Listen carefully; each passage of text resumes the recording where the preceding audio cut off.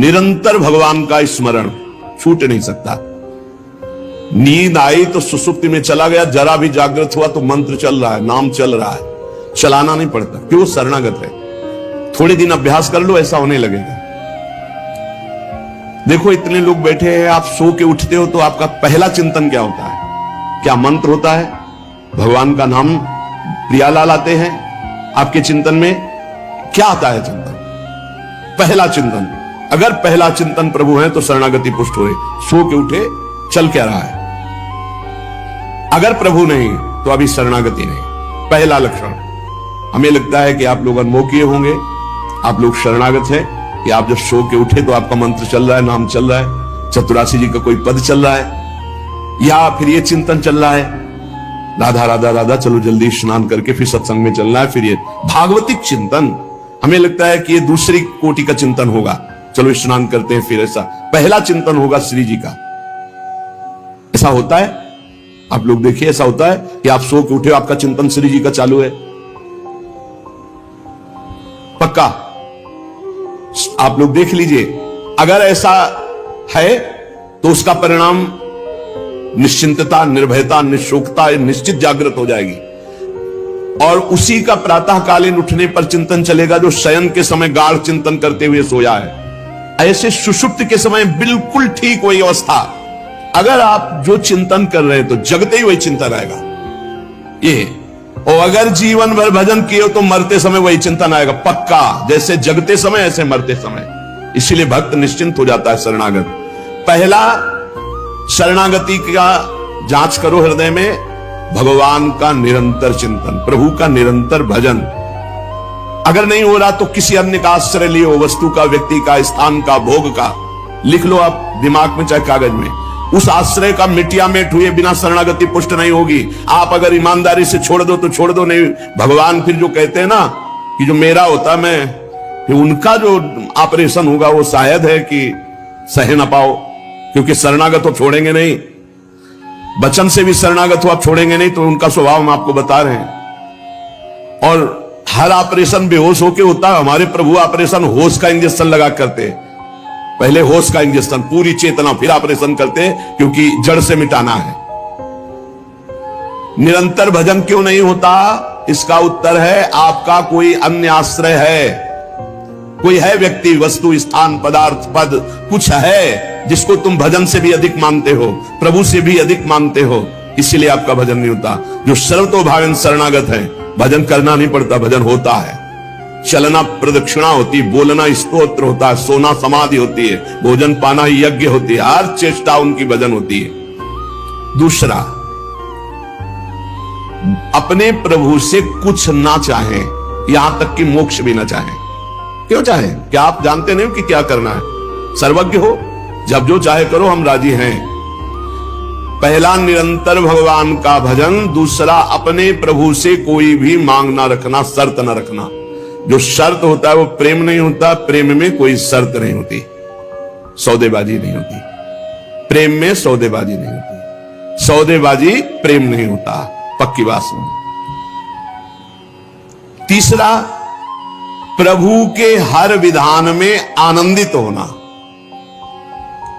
प्रभु के हर विधान में आनंदित कौन होता है? शरणागत। नहीं तो विधान की जांच होती है, अनुकूल है कि प्रतिकूल। प्रतिकूल है तो नो नो नो।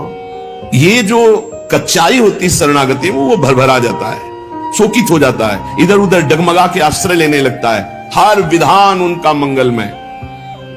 चौथा, भगवान के किसी भी विधान में विरोध भाव ना करना। भगवान के प्रत्येक विधान में आनंदित रहना, भगवान के किसी भी विधान में विरोध न करना।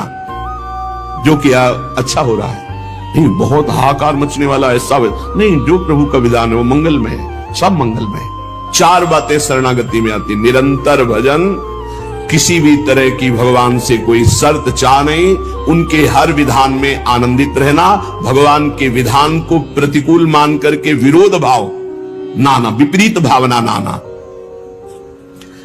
अब निश्चिंत हो जाओ, तुम्हारी जिम्मेवारी श्री भगवान ने ले ली, शरणागत हो। अब तुम्हें किसी भी तरह का दुख आवे तो उबना नहीं है, वो सुख है, दुख रूप लेके आ रहा है। जैसे माया दुख भेजती सुख रूप में, पार्सल में ऊपर लिखा होता है सुख, और जब खोलो अंदर तो होता है दुख। जिसे तुम सुख समझते हो ये सुख नहीं, सुख की छाया है, समझ पड़ती नहीं है, गिरधर की माया है, भारी दुख है। दुखालयम शाश्वतम में जो भी पोस्ट आता है आपके पास वो दुखद ही है। माया भेजती है सामने वस्तु व्यक्ति स्थान, उसके परिणाम में अशांति, दुख और आपके भजन की हानि पक्का। ये देख लीजिए, और भगवान के साथ अर्जुन जी रहे हर सब। लेकिन गीता का उपदेश प्रारंभ हुआ शिष्यस्ते हम साधिमाम त्वाम प्रपन्नम। प्रपन्न से ही ज्ञान की उत्पत्ति होती है। जो भगवान की शरणागति, उसी से शुद्ध ज्ञान होता है। तब तक भगवान अंदर बैठे हैं, ज्ञान प्रकाशित नहीं करेंगे। जैसे अर्जुन जी के साथ रहते हुए गीता को उपदेश कब दिया? जब अर्जुन जी ने कहा शिष्यस्ते हम साधिमाम त्वाम प्रपन्नम, मैं आपका शिष्य हूं, आपका शरणागत हूं, आप मुझे ज्ञान। भगवान गीता जी, ज्ञान का फल क्या हुआ? बोले नष्टो मोह स्मृतिर्लब्धा तत्प्रसादान मयाच्युता। मोह का नाश हो गया, स्मृति जागृत हो गई आपके कृपा प्रसाद से, हे गोविंद, हे अच्युत। तो इसी प्रकार हमारे अंदर भी सब ज्ञान जागृत हो जाएगा, पहले हम भगवान की शरणागत हों। त्वाम प्रपन्नम, भगवान का सर्व समर्पण भाव ही सब दिव्यताएं जागृत करता है। भगवान के प्रति जितना समर्पित होते जाओगे उतने दिव्य ज्ञान होता चला जाएगा, और जो चीजें आपकी दुर्गति कराने वाली हैं वो सब भस्म होती चली जाएंगी। जब कुछ नष्ट होने लगे तो क्षोभ मत करना, वो नष्ट जरूरी था होना। ये बात दिमाग में बैठा लो। कुछ पकड़े मत रहना, क्योंकि भगवान को जो लगेगा वो हटा देंगे, वो नष्ट कर देंगे। जो वस्तु भगवान को समर्पित वस्तु के नष्ट होने में तुम्हें क्यों जलन हुई? क्योंकि तुमने तो भगवान को अपना सर्वस्व मानकर समर्पित कर दिया। अब तुम्हारे पास अपना कहलाने के लिए सिर्फ भगवान है, और भगवान की सब वस्तु जब जो चाहे हटा ले, जब जो चाहे रख ले। जरा इस पर विचार करो। आप राजी हो शरणागत? आपके पास अपना कहने वाला शब्द केवल भगवान के लिए है, और जो भी कुछ आपके पास है वो सब भगवान का है। वो चाहे अभी बुला ले, चाहे वर्षों रखे, चाहे अभी नष्ट कर ले, चाहे और बढ़ा दे। क्या राजी हो इस बात में शरणागति पर? अंदर से देख लो, तुमने तो दे दिया भगवान को, और तुम्हारा था कब, और वो था कौन, तुम्हें पता है? नहीं पता। इसी अज्ञान का नाश करने के लिए पहले ये बात स्वीकार करो, अपना कहने के लिए हमारे पास अब एक बात रह गई है, प्रभु। हमारे पास जो कुछ है, शरीर, मन, प्राण, आत्मा, परिवार, धन, संपत्ति, सब प्रभु को दे दिया। सुहम तविवासिता। अब जब प्रभु को दे दिया तो जब मन आवे तब ले ले। जैसे हम अपने घर की कोई वस्तु किसी को दे दिया, वो कह रहा है रखे रहो, हम ले लेंगे। अब जब कभी वो ले ले तो ईमानदारी से हमको दुख नहीं होना चाहिए, क्योंकि हमने उसको दे दिया। अब आप देख लीजिए, तुम जो भी करते हो वो मेरे को समर्पित कर दो। एक एक बात समझ लो। यहां यत करो से कहा है, ये करो ऐसा नहीं कहा। तुमसे जो भी हो रहा है तुम भगवान को समर्पित करो। पहला काम ये, हम शरण में जा रहे हैं, सर्वधर्मान परित्यज्य।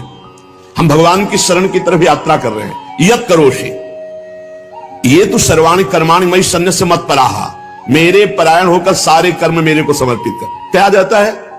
तुम जो कर रहे हो, ऑफिस जा रहे हो, नौकरी कर रहे हो, किसानी कर रहे हो, व्यापार कर रहे हो, 8-10 घंटे जो कर रहे हो उसमें बीच बीच में भगवत स्मरण करो, और पूरे 8 घंटे भगवान को समर्पित कर दो। कितना बढ़िया साधना बन रही। और जब भगवान को समर्पित करने की बात रहेगी तो स्मृति रहेगी भगवान की। यत करोषि, तुम सारे के सारे कार्य मेरे को समर्पित कर दो। यत माने जो कर रहे हो। तो क्या उसमें पापाचरण भी होता है क्या?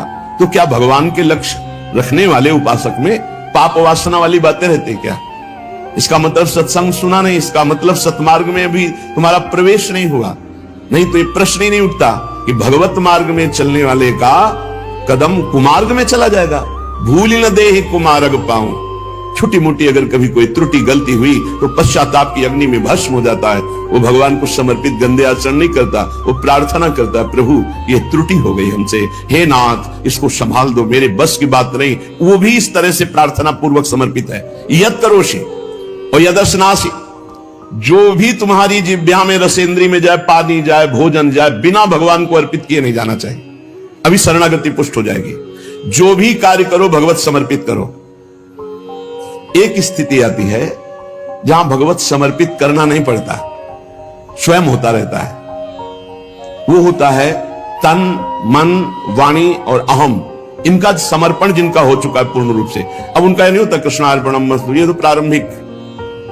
पर ये जब तक स्थिति नहीं है तब तक प्रारंभिक दशा में ही हो, हर समय भगवदाकार स्थिति, कौन किसको समर्पण करे, ये स्थिति जब तक नहीं तब तक सिद्ध बनने की कोशिश न करे। आचरण जैसा आज्ञा हो रही शास्त्र की वैसे चले तो स्थिति आ जाएगी।